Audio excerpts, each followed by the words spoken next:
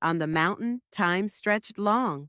In the valley below, faith grew thin. Moses was still on Mount Sinai, standing before God, receiving the tablets of the law.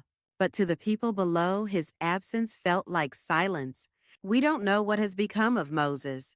Waiting turned into anxiety. Anxiety demanded a different God. Aaron yielded to that demand. He gathered gold earrings, threw them into fire, and shaped them. A calf, the form of a god they had known in Egypt. A God you could see with your eyes. A God you could control. Israel, this is the God who brought you out of Egypt. God called it betrayal, not because they made metal, but because they chose to break their covenant relationship. Sin's essence is not in the act itself. It is in severing your relationship with God and making something else your God. Moses came down the mountain. In his hands, the tablets written by God's own finger. Below him, a people dancing. Moses threw down the tablets. It was anger. But what kind of anger? A resonance with God's holiness. A declaration that showed the brokenness before their eyes. The golden calf became dust. The people drank it. Sin always returns as reality.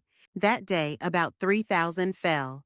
This was judgment to establish the identity of the covenant community. But the story did not end in judgment.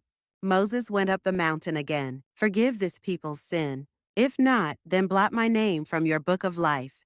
Moses became an intercessor, standing between sinners and a holy God, ready to lay down his own life. Here we see Jesus Christ. Moses said, "Erase my name."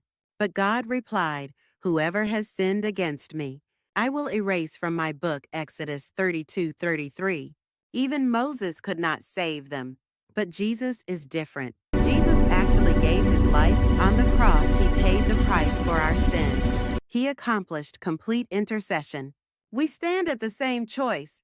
What are we making into a God? Money, honor, security? Are we filling our anxiety with what we can see?